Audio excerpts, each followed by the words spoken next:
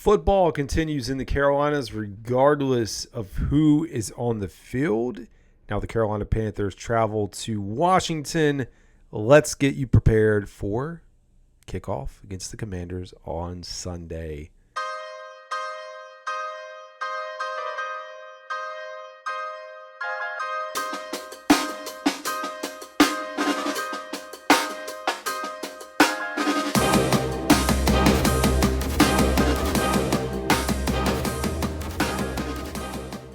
Starting off this episode, and we are going to preview anything and everything that we can around the Panthers and Commanders. Although I've got to tell you, as a Panthers fan right now, it's one of the hardest times of the year because I feel like I'm just going through the motions. It's hard to sit back and reset and make sure that I'm putting in the same effort now as I would if we were 6-0 versus 1-5. But the Panthers are 1-5. The Washington Commanders, led by Jaden Daniels, Frankie Louvu, Quinn, are 4-2. And I went back to look over their schedule. We're going to get into spreads. Like I said, all the details. It just feels weird. And I'll tell you why in just a second. Commanders lost opening week to the Tampa Bay Buccaneers. They beat the Giants, the Bengals, the Cardinals, and the Browns. And they just lost a competitive game against the Baltimore Ravens. So, like I said, sitting there at 4-2, and everything on paper is going to tell you that the Carolina Panthers really have no shot in this game, especially considering the way the defense is played. But as I go back in my very short-term memory bank, I think back to last season and a particular game, the first game that the Carolina Panthers won in the 2023 campaign. That was the Bryce Young, CJ Stroud game. So the Panthers came into that game winless, ended up knocking off the Texans. We all know how the seasons panned out. But at least for that very short moment in time, it felt like, okay, maybe Bryce Young is going to become him. But hey, that's not the battle that we're going to see on Sunday. We're going to be seeing Andy Dalton versus Jaden Daniels. But to that extent, when I look at this game and I think about it on paper, it does not make any sense at all to pick the Carolina Panthers, at least straight up. I'm not even talking spread, although I think they very might easily cover the spread, get those points total. I think it's at 7.5, 8 points right now. For a lot of books that I saw, I haven't looked today as I get ready and record this, but it feels like it. And again, I'm not going to predict the Panthers winning. I'm not going to pretend that this team is suddenly going to figure it out, and I'm not going to downplay the Washington Commanders and what they've been able to do. You win games in the NFL. You have an excellent quarterback and looks like the future of the quarterback. And hey, Caleb Williams, as we talk about 1-2, Caleb Williams kind of finding his groove as well. But there's no doubt that Washington got them one. And to be honest, when he was coming out, I knew he's the Heisman Trophy winner. I knew all the good things that were said about him, but I personally didn't think it would translate as well as it has in Cliff Kingsbury and this offense. I mean, they look like a freaking good football team, man. A team that is going to be able to compete in the NFC East, compete for the playoffs. Panthers fans, again, are stuck in the muck, wondering when can we find a quarterback? When can we win right out of the gate with all these changes? They've got new ownership there in Washington. Panthers fans are like, can we just please have some form of success at some point in our lifetime? But I think about this game, and it does feel like a trap game for Washington. I know a few folks have called it out as a trap game, a few Washington fans. I think it could be a trap game, and I also think the Panthers have a shot. Now, again, I think they can pull this off. It's going to be tough. Got a 4:05 kickoff. Again, East Coast teams playing at 4 o'clock on a Sunday. I don't get it. Panthers have another 4 o'clock next week against Denver. And I think that's the bigger question that I posed for Panthers fans earlier this week. One, hope you like the new graphics and putting out a bunch of new graphics to stay relevant on X, which is Twitter, and on YouTube. I'm putting together, and Instagram. I'm posting a bunch of graphics and content trying to stay relevant. We looked at one earlier yesterday, and I posted the next 4 games. So you have Washington, Denver, New Orleans, and the Giants. The Panthers right now are 1-5. I asked Panthers fans to drop their record prediction over the next 4 games. And a lot of folks were in the 0-4 bucket. A lot of people 1 win, a few 2 wins, some optimistic people with 3, and then people who are just diehard Panthers fans that don't really care what's going on said 4-0. But I do think it's a tough slate. And unfortunately, we thought this was going to be an easy part of the schedule for the Carolina Panthers. I did. I said, hey, rookie quarterback in Washington, new head coach. Rookie quarterback in Denver. Hey, that game's winnable. New Orleans, I said, was a toss-up, which now, given the injuries and Spencer Rattler and a rookie quarterback, yeah, that game becomes winnable actually right now, but I don't know about that. And New York Giants. So it felt like there was a chance to pull off some wins. And it's going to be crucial to, and people can say it's crazy, but I think Dave Canales still believes that this team can win football games. I think there's a belief in the locker room. You're starting to see some guys coming back, although we're still missing DJ Wonnum. We're still missing Bardo.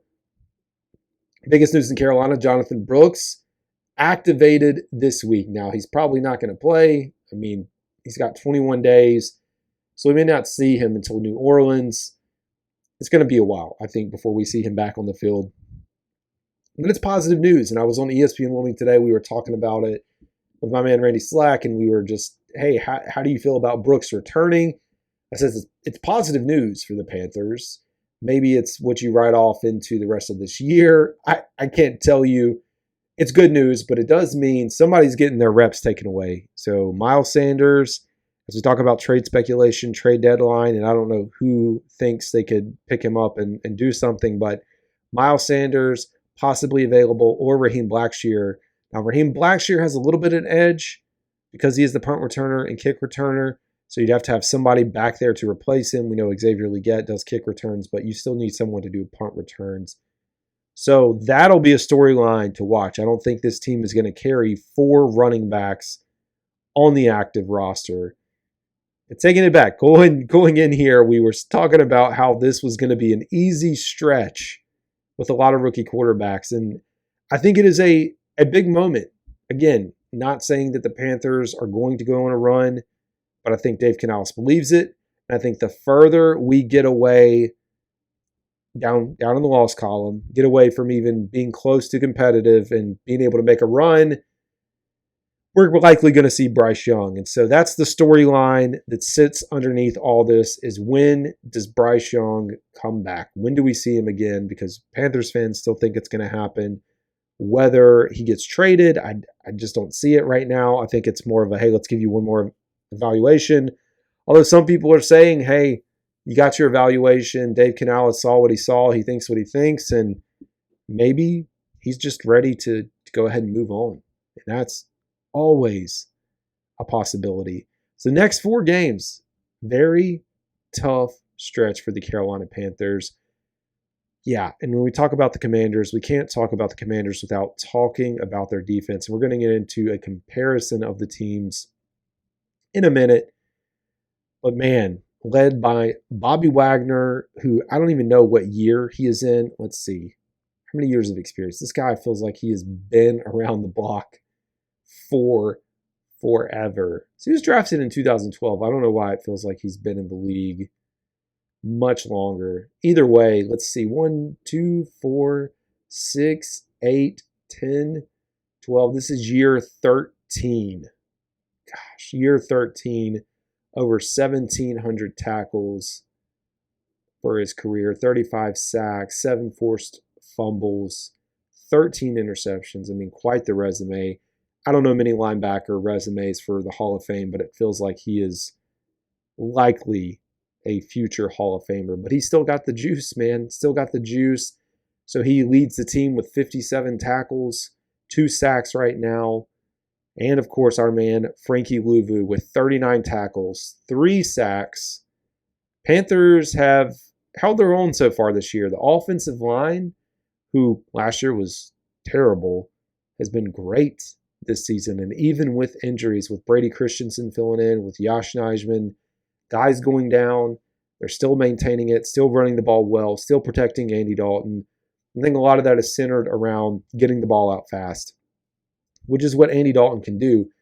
But Frankie Louvu is a football player, and Frankie Louvu made a decision to take less money to go up to Washington to play for Dan Quinn in this defense and let him just be himself. I can't remember which sports radio I was listening to, but they were talking about Frankie being himself, and it was, I think, someone from Washington Sports Radio earlier in this week, and I think that's exactly what they're doing. So you have those two, and guess who the third leading tackler is? You cannot make this up. Jeremy Chin. Yes, the Jeremy Chin, third on the team in tackles at the safety position. 1 tackle for loss. I was seeing if he had any INTs or anything, but he doesn't. Does have 1 forced fumble, 1 fumble recovery. So bolstered there, and then when we talk about sack production, they get to the quarterback, man. 17 sacks on the season compared to the Panthers. The Panthers have 6 sacks, folks. 6. That's it. 2.5 of those sacks aren't even on the team. You have Iku Leota, who is now in Pittsburgh. And, oh my gosh, why am I blinking? I just posted this the other night. Give me 2 seconds and I'll tell you. The other guys on the practice squad. So on the 53-man roster, yeah, it doesn't look good. Let's see. Now I've just got to tell you. Jaden Peavy. How did I just blank on him? So you have Charles Harris with 1 sack, Jadeveon Clowney, LeBron Ray, and DJ Johnson. 3.5 sacks compared to Washington's 17. Complete rebuild on that defense. The defenses look good. And, man, you got to remember Dan Quinn has done this. I know he didn't have success the last time around or as much success as he wanted in Atlanta, but took the time in Dallas. He's learned from it. He's grown. And here he is. We talk a lot about the defensive side of the ball. We cannot move forward without talking about the offense for the Washington Commanders, led by Jaden Daniels. He's having a stellar season. People are throwing his name around. An MVP, similar to what CJ Stroud was, not only for Rookie of the Year, 75.3% completion percentage. That is ridiculous. Unheard of, off the charts. 1,400 passing yards, 8.5 average, 234 yards per game, 6 touchdowns to 2 interceptions. He has been sacked twice. The rushing attack, Brian Robinson Jr. has 325 yards, 5 touchdowns. Jaden Daniels right behind him with 322 yards, 4 touchdowns. And I know there's this comparison with Jaden Daniels and Lamar Jackson. He doesn't want to be compared, speaking of Jaden Daniels, but he looks around the league. He understands it. That's going to happen. I mean, I've seen Lamar a lot because that's Nolan's team, the Baltimore Ravens. Jaden Daniels has got it. He absolutely has it, folks. And so it's going to be we saw what Caleb Williams could do to this defense with really no pressure. I don't think there's going to be a lot of pressure. There's a lot of injuries, which we'll talk about in a second. There's not a pass rush. And so Jaden Daniels is going to have his way. So it's really going to be on the secondary to hope that maybe he just makes a mistake, throws an interception or two. That's where we're going to have to lean. And then Austin Eckler with 28 carries, 171 yards, 2 touchdowns. Brian Robinson Jr. story too, man. That's a really good story. Fatal car shooting, robbery, carjacked, whatever happened there. And when he got shot 2 years ago, being able to recover and as the number 1 weapon. Then you have Terry McLaurin as your number 1 receiver now, 356 yards, 43 targets to 29 receptions, 4 touchdowns. Zach Ertz also putting in production, 21 receptions. I'm looking at their targets, 228 yards. Austin Eckler, 198 yards, 15 receptions. Noah Brown and then De'Ami Brown. Luke McCaffrey, brother of Christian McCaffrey, that's right, in the mix as well. So quite a few guys on there. So they do a lot. They really like Austin Eckler in the passing game. 198 yards. He's got five big plays on the season. So there's a look at your Commanders offense and defense. Before we get into some of the Panthers talk, let's look at the injury report. And my gosh, I'm going to need a scroll to open this thing up. Over 40% of the Panthers roster is on the injury report. Claudin Cherylus did not participate. He's battling a hamstring. Troy Hill was a full participant. He had a rest day. Chuba Hubbard had a rest day. Sorry, this was earlier in the week, so it's not as bad. Josie Jewell did not participate both days. I don't know if that means he's not going to go, but I am worried. Like, that inside linebacker room is thin. Deontay Johnson with the ankle has not practiced at all this week. That's another one, and people are speculating if he's going to be traded. And is like something brewing up in the background? So that's a situation to watch. I hope not. Taylor Moton still battling the elbow. He did not participate both days. John Radigan, another linebacker, did not participate both days with a knee and an illness. Ashawn Robinson did not participate both days. Jonathan Brooks participated yesterday, did not participate today. It's all part of the plan. Clowney did not. And then guys that are on the report but did participate: David Moore, LeBrian Ray, Andrew Rain, Nick Scott, Tommy Trimble, Dane Jackson, Jaden Crumity. Positive news there. Jaden Crumity working his way back. Also good for Tommy Trimble coming back off the concussion. Sam Franklin Jr. as well. And Ike Ekwonu was limited today. Marquise Haynes as well. And Ian Thomas and Yosh Nijman. My gosh, man. That is a freaking long list. Thing goes on and on. And I mean, to be fair, Commanders probably have 2, 4, 6, 8, 10, 12, about 14 players. So I think, I want to say it's that part of the season, but it's still relatively early. Only week 7 right now. Have that many guys on the list. Like, goodness gracious.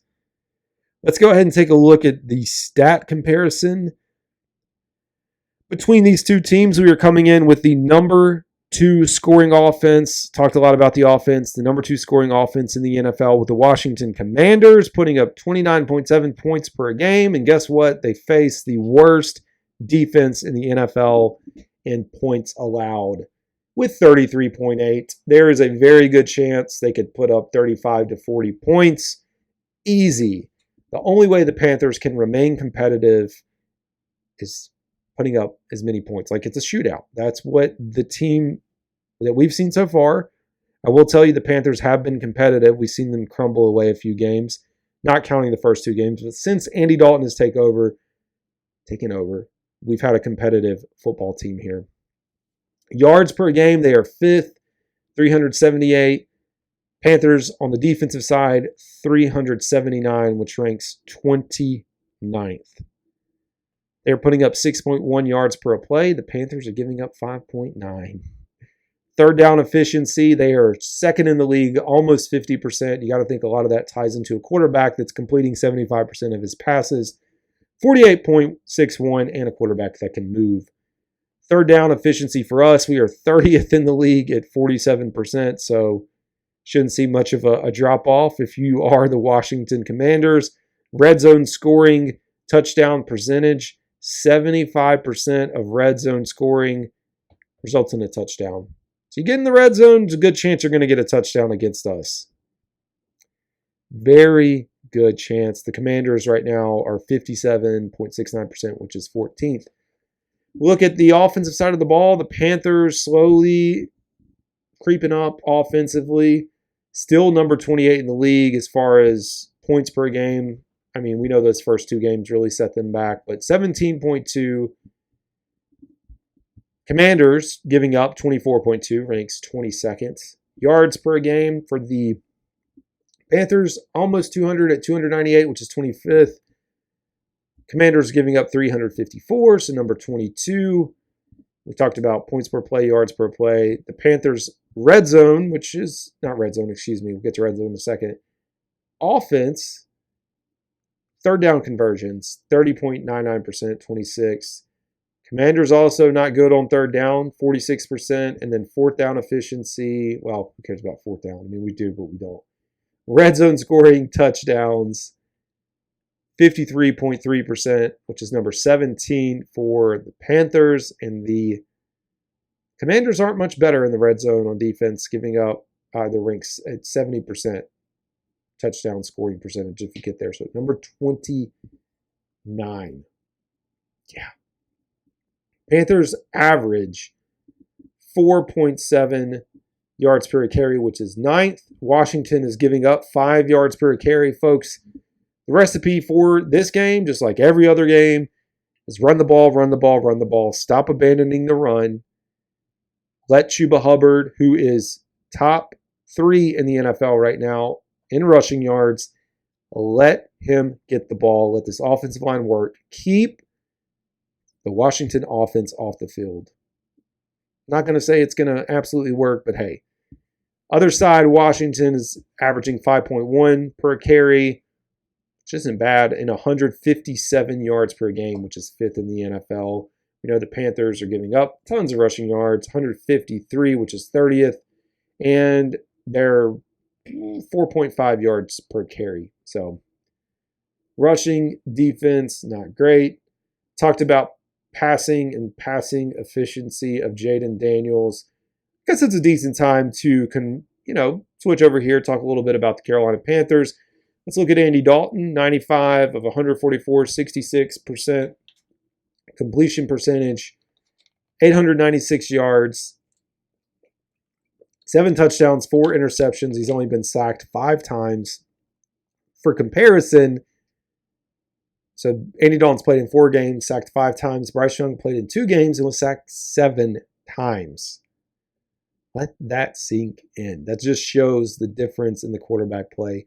Bryce Young also had 3 interceptions, no touchdowns in his 2 games compared to Dalton. Andy Dalton, one of them, both the two interceptions that came last game, one of them, the first one, kind of to an extent, I mean, we could say it cost the Panthers the game. At least, no, we can't. We can at least say it cost them from competing at the end. And being in the game is probably a better phrase. But it was close. 28-20, he throws the interception after they were running the ball so well, makes a bad decision.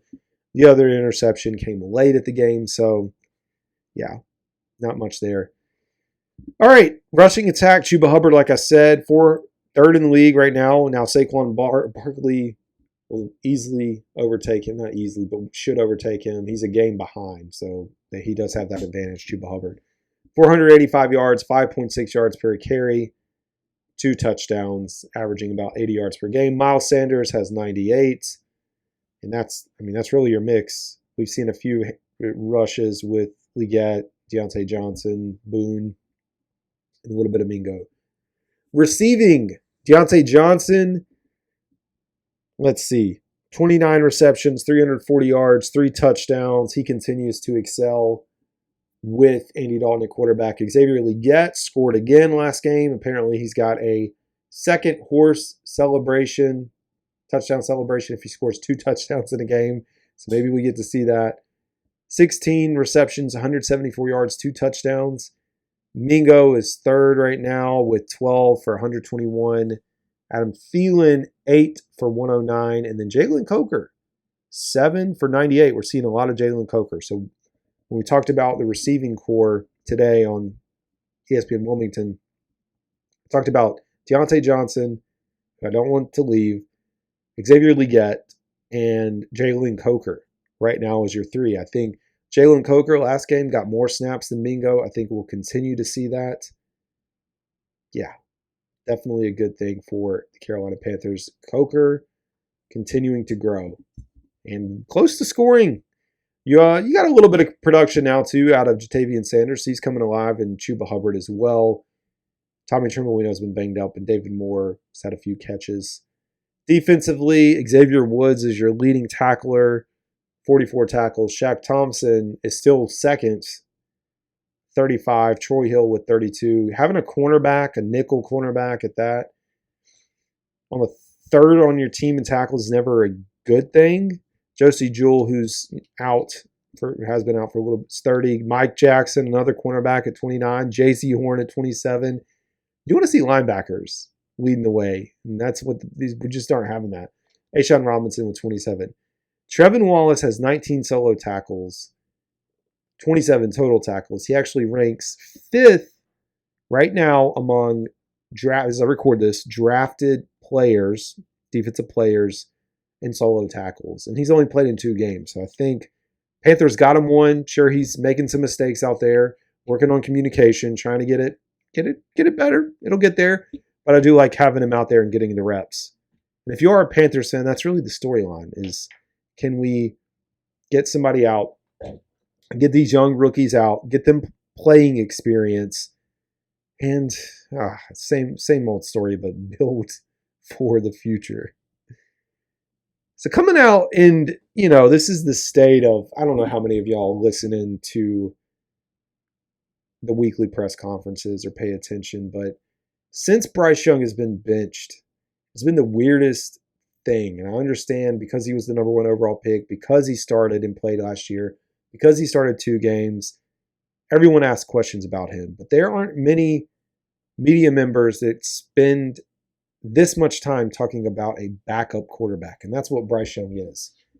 Every week we get questions for Dave Canales. We get questions sometimes for the players and then for the coordinators. And everyone's asking about Bryce Young. How is Bryce Young looking on the scout team? How do you coach up the scout team? I've never heard so much conversation about a scout team quarterback. And the questions just keep coming up. It's asking the defensive staff in Evero, hey, what are you seeing out of Bryce Young? How does he look? How's he looking in the offense? Are they coaching him up? And talking on the offensive side, how are you, scheming things? Is he learning? How does he look? It's just like, dude, he's a scout team quarterback. That's it. Sure, he was drafted where he was drafted, but he's the backup quarterback right now.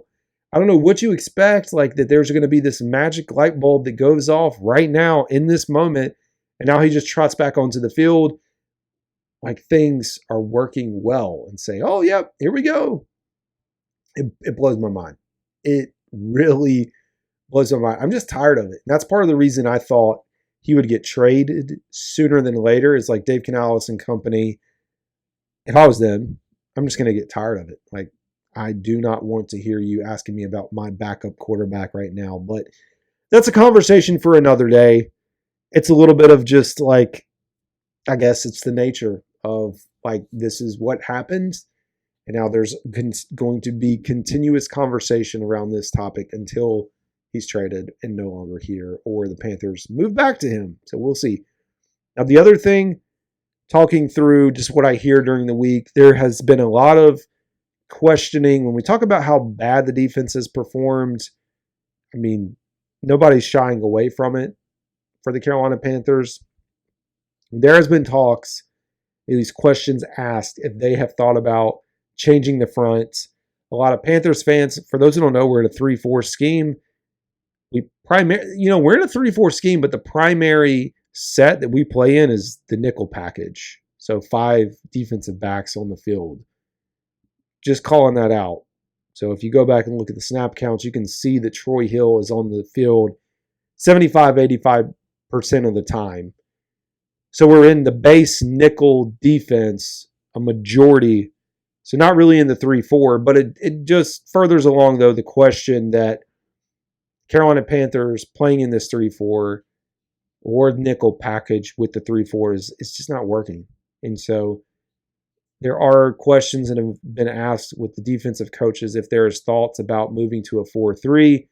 I mean, not really, they wouldn't change the whole defense, but moving to a different front, which would ideally be a 4-3. They just say that they continue to evaluate that. Because I think that's the evaluation that will continue to happen. I still feel like Evero is gone at the end of this year, no matter what. I mean, now it's just adding fuel to the fire. There's just no doubt in my mind that Dave Canales is going to go out and find a coordinator that he wants. It was too hard to do it this first year as he's becoming a head coach, but moving into next year, getting one of his guys and then a group of guys that he wants will likely be the change that we see. Kind of talking on the negative end, let's talk about the positive end under Dave Canales, which is the offensive line. And I talk about the offensive line performing well, even with all the injuries. And that statement couldn't be more true. Going back to last year to this year, even the center position, which was the biggest question mark, we didn't get a center. No, Bozeman's gone. We see this team clicking on all cylinders. We see Austin Corbett thriving. Then we see Brady Christensen stepping in. It's only been, like a week, but you're starting to see that happen. You're seeing Yash step in. You're seeing Chandler Zavala when needed, when he's not in the jumbo package and jumping off sides. It's not to say it's perfect. Sack production, as far as sacks allowed, is down, which is great. Running the ball looks good. We're getting the ball out fast. And I say all that to say, maybe Dave Canales really does know what he's doing. It's just not working right now because we don't have a defense to pair, but at least competitively speaking and scheme-wise, the offense is in a much better spot than it has been in years. And can't complain. One thing we can talk about really to close this out, and I guess I'll give a final prediction at the end. Sorry for those watching, drinking a little bit of water, talking too much. Trade talks and trade speculation, and I saw a clip, I guess, from ESPN today of posting potential trade candidates, and they splash it up. Panthers, people want to talk about how bad the Panthers are, but they always like to put our players on the board as far as people that are available. It just blows my mind every time. I recorded a separate video with the 6 players that I think could be moved or maybe come up in conversation, not saying that they should. When I created that video, I absolutely forgot one, and that was Miles Sanders, which I called out in the comments. I don't know where my head was. But if you haven't watched that video, one, hey, go out and watch it. I appreciate it. If you have not seen it, the video breaks it down. So right now I'll probably reorder this, but I have Jonathan Mingo, J.C. Horn. Now, when I say J.C. Horn, I don't think he's going to be moved. But if you're talking about trade assets and I mean, you need everything you can on defense. That'd be probably one of the dumbest things you could do. But Bryce Young, Adam Thielen, who else did I have? Deontay Johnson and Chuba Hubbard. So that was the group. I think most realistically right now, Adam Thielen's still hurt. I don't know about his health. He seems to be pushed back. Maybe, running backs really aren't going for that much. So possibly a running back and likely Deontay Johnson. But the thing is, people want to talk about trade compensation. Even if these guys walk, you're better off with compensatory picks for these guys versus trading and getting a 4th or 5th or 6th round. Like, get your compensatory pick and make up for it that way if you are unable to retain them and keep them. So just my 2 cents. But folks are going to close it out. And I guess before we officially close it out, it would be good for me to check on this game right now and take a look at the spread. See what we got going on. Or I was going to try to take a look at the spread. What do we have here today? So 4:05 kickoff, like I said. Oh my goodness. So Washington opened as a 9.5 point favorite. They are now an 8.5 point favorite. 8 point favorite, excuse me. Let's move down. 51.5 is your over under. Heck, Washington may score 50 by themselves. No. I think you could get 40 and 20. I mean, this is not betting advice, but I think I would take the over in this game. ESPN gives Washington a 72.9% chance to win in the matchup predictor. 72.9. Oh, I cannot talk. For me, again, I think Washington wins, but I also think the Carolina Panthers could make this a game. I think the defense, there's just too many holes. I think Jaden Daniels is too good. I think Washington's defense is too good. So it's hard for me to predict it, but every team has a slump, and there are Sundays where you go out and say, how did they lose to that team? And this could be that moment. This could be the moment that it happens. I'm not saying it will, but for the purposes of throwing out a score, I will roll with the Commanders 35-17 with the dub. And that is going to do it for today's episode. This is Carolina Dad. Y'all have a good one.